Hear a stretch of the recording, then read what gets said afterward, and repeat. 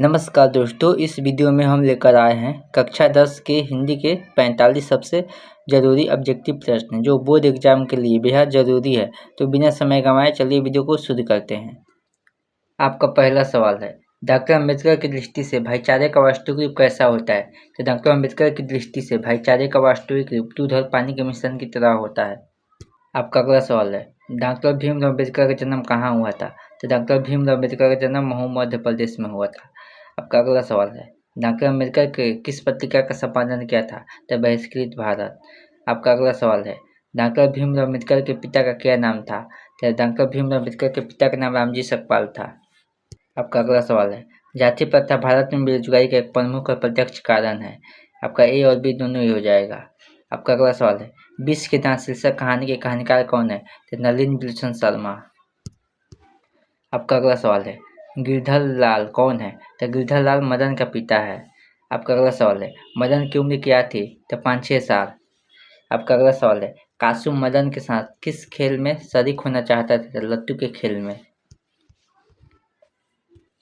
आपका अगला सवाल है, नलिनी विलोचन शर्मा का जन्म कब हुआ था? तो 18 फरवरी 1916 ईस्वी को। आपका अगला सवाल है, नलिनी विलोचन शर्मा का जन्म कहाँ हुआ था? तब बंदरगाह पटना। आपका अगला सवाल है, दृष्टिकोण किनकी रचना है? तो दृष्टिकोण नलिनी विलोचन शर्मा की रचना है। आपका अगला सवाल है, हिंदी भाषा की लिपि क्या है? तो देवनागरी। अगर आप लोगों को वीडियो अच्छा लग रहा है तो वीडियो को लाइक कीजिए। आपका अगला सवाल है, मदन अक्सर किसके हाथों से पिटाई खाता था? तो पिता के हाथों से। आपका अगला सवाल है, भारत में हम क्या सीखते हैं कि रचनाकार कौन है? तो मैक्स मुल्लर। आपका अगला सवाल है, प्लेटो का संबंध किस देश से है? तो यूनान से। आपका अगला सवाल है, मुंडा किस देश की जाति है? तो भारत की। आपका अगला सवाल है, मैक्स मुल्लर का जन्म कब हुआ? तो 6 दिसंबर 1823 ईस्वी में। आपका अगला सवाल है, कौन प्राचीनतम भाषा है? तो संस्कृत। आपका अगला सवाल है, नाखून क्यों बढ़ते हैं कि निबंध के निबंधकार कौन है? तो आचार्य हजारी प्रसाद द्विवेदी जी है। आपका अगला सवाल है, कामसूत्र किनकी रचना है? तो अर्थ की। आपका अगला सवाल है, महाभारत क्या है? महाभारत एक पुराण है। आपका अगला सवाल है, हिरोशिमा कहाँ अवस्थित है? तो जापान में। आपका अगला सवाल है, हजारी प्रसाद द्विवेदी की मृत्यु कब और कहाँ हुई थी? हजारी प्रसाद द्विवेदी की मृत्यु दिल्ली में सन 1979 ईस्वी में हुई थी। आपका अगला सवाल है, नागरी लिपि शीर्षक के निबंधकार कौन है? तो गुणकार मूल्य। आपका अगला सवाल है, मराठी भाषा की लिपि कौन सी है? तो देवनागरी लिपि। आपका अगला सवाल है, गुणकार मूल्य का जन्म कहाँ हुआ था? तो गुणकार मूल्य का जन्म महाराष्ट्र में हुआ था। आपका अगला सवाल है, इस्लामी शासन का भारत में आरंभ काल कब से कब तक है? तो 13वीं सदी से। आपका अगला सवाल है, बहादुर का पूरा नाम क्या था? तो दिल बहादुर। आपका अगला सवाल है, बहादुर कहाँ से भागकर आया था? तो नेपाल से। आपका अगला सवाल है, बहादुर कौन सा? तो बहादुर एक नौकर था। आपका अगला सवाल है, कहानी के लेखक अमरकांत का जन्म कब हुआ था? तो 1925 ईस्वी में।